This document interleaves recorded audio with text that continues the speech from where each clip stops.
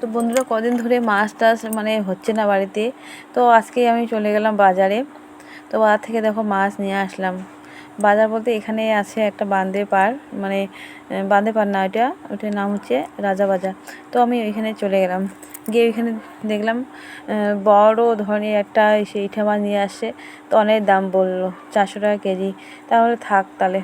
তো নিয়ে আসলাম পাঙ্গাস মাছ আর নিয়ে আসলাম রুই মাছ। রুই মাছ তোমাদের দাদা ভাইয়ের জন্য, কারণ ও পাঙ্গা মাছ খায় না। তো যাই হোক, মাছ আমি যে ধোয়া টোয়া হয়ে গেছে, ভাজা বসে দিয়েছি, এখানে রান্না করছি। আর বন্ধুরা 2 দিন ধরে বহুত মানে খুব খুব বৃষ্টি পড়ছে, এতটাই বৃষ্টি পড়ছে যে পুরো কাদা কাদা হয়ে গেছে। আমার তো মানে কাদার মধ্যে হাঁটলে আমার পায়ে প্রবলেম হয়ে যায়, পা মানে খেয়ে নেয় আর কি। তো মানে তো ওদিকে ডাক্তারের কাছ থেকে ওষুধও নিয়ে আসলাম, পা খেয়েছে, ওষুধ নিলাম। তো এখানে দেখো এই যে ভেন্ডি ভাজা, ভেন্ডিগুলো আমি লম্বা লম্বা করে কেটে নিয়েছি। ভেন্ডিগুলো আমার ইচ্ছে ছিল অন্য একটা আইটেম করার, কিন্তু করতে পারলাম না, তো এমনি শুধু ভাজা করলাম। তো বন্ধুরা দেখো ভেন্ডি ভাজা আমার হয়ে গেছে প্রায়।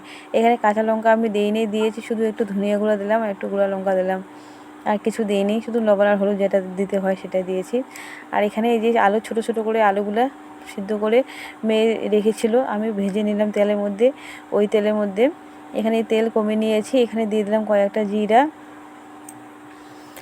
দিয়ে দিলাম কয়েকটা। আর এখানে মিক্সারে মশলা পেস্ট করেছি, এখানে আছে আদা, কাঁচা লঙ্কা, টমেটো আর পেঁয়াজের পেস্ট। তো দিয়ে তেল গরম হয়ে গেছে, দিয়ে দিলাম পেস্টটা। আমি এখানে ভেন্ডি ভাজাগুলো হয়ে গেছে, দেখো ভেন্ডি ভাজাটা নামিয়ে নিয়েছি, কত সুন্দর লাগছে, মনে হয় লঙ্কা ভাজা। এটা লঙ্কা ভাজা না, ভেন্ডি ভাজা। তো মশলাটা আমি সব দিয়ে দিয়েছি। এখানে দিয়ে দিচ্ছি হলুদ অল্প দেবো, কারণ আলুর মধ্যে মাছের মধ্যে হলুদ আছে, তাই একটু হলুদটা আমি কম দিয়ে দেবো। আর এখানে স্বাদ অনুযায়ী দিচ্ছি নুন, অনেকটা সবজি বানাবো, তাই নুনটা একটু বেশিই দিয়ে দিলাম। তো এবার নুনটা আমি দিলাম, নুন হলুদ সবগুলো দিলাম, দিয়ে ভালো করে একটু মশলাগুলো কষিয়ে নিব, কারণ না কষলে ভালো লাগবে না, সেই জন্য ভালো করে করে নিচ্ছি, একদম ঘাটাঘাটি করে নিচ্ছি।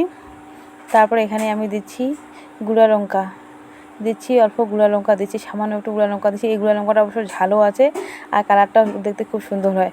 তো যাই হোক, তো এখানে দিয়ে দিলাম গুঁড়া লঙ্কা, ছোটো চামচ দিয়ে হাফ চামচ গুঁড়া লঙ্কা দিয়ে দিলাম। তারপরে এখানে দিয়ে দিচ্ছি একটুখানি এই যে ধনিয়া পাউডার দেবো, এই এখানে দিলাম একটু ধনিয়া পাউডার। তারপর দেবো একটুখানি জিরা পাউডার দেবো, একটু পরে দেই। তো বন্ধুরা সবার বাড়িতে একই রান্না হয় না, আলাদা আলাদা বাড়িতে আলাদা আলাদা রান্না হয়, যার যেটা মানে মুখের স্বাদ আর কি, রুচি আর কি, যার যেটা খাবার ইয়ে বুঝে আর কি, সে তেমন যেমন করে রান্না করে, যার যেটা পছন্দ ওইভাবে রান্না করে। তো আমি আজকে এটা রান্না করেছি। আমাকে একজন কমেন্ট করে বলছিল, একটা দিদিভাই বলছিল কমেন্ট করে, যে তুমি কেমন করে জানি মাছ রান্না করো, কেমন করে রান্না করি এটা তুমি মানে কীভাবে বলতে পারো কেমন করে, যেমন করে যার যেটা পছন্দ আর কি, সে সেমন করে রান্না করতে পারে। কেউ পেঁয়াজ ছাড়া নিরামিষ রান্না করে মাছ, কেউ পেঁয়াজ দিয়ে রান্না করে, কেউ রসুন দিয়ে রান্না করে, যার যেটা চয়েস আর কি, সে সেভাবে রান্না করে। তো যাই হোক, আমি সেটা মানে খারাপ মনে করছি না, সেটা তোমাকেও বলছি না। তো আমার দেখো এখানে জল দিয়ে দিয়েছি, ফুটিয়ে গেছে। এবার আমি আলু দিচ্ছি এখানে, আর মাছগুলো দিচ্ছি, দিয়ে ভালো করে ফুটিয়ে নেব।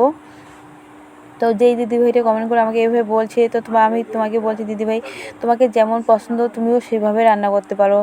আমি যেইভাবে রান্না করছি, আমি তো তোমাদের সাথে ভিডিও শেয়ার করছি, তো তোমার ভিডিও তো আমি দেখিনি তোমরা কীভাবে রান্না করো।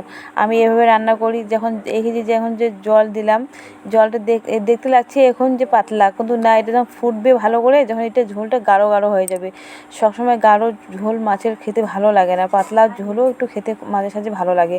তুমি এইভাবে রান্না করে একবার খাবে, বা অবশ্যই ভালো লাগবে। তো যাই হোক বন্ধু, দেখো মাছের ঝোল আমার ফুটে গেছে। আমি আরও একটু ফুটাবো, আরও কমিয়ে আসবে, তারপর আমি নামাবো। এই যে আমার মাছের মাথা বা কাটা লেজা খেতে ভালো লাগে বন্ধুরা। Bye bye.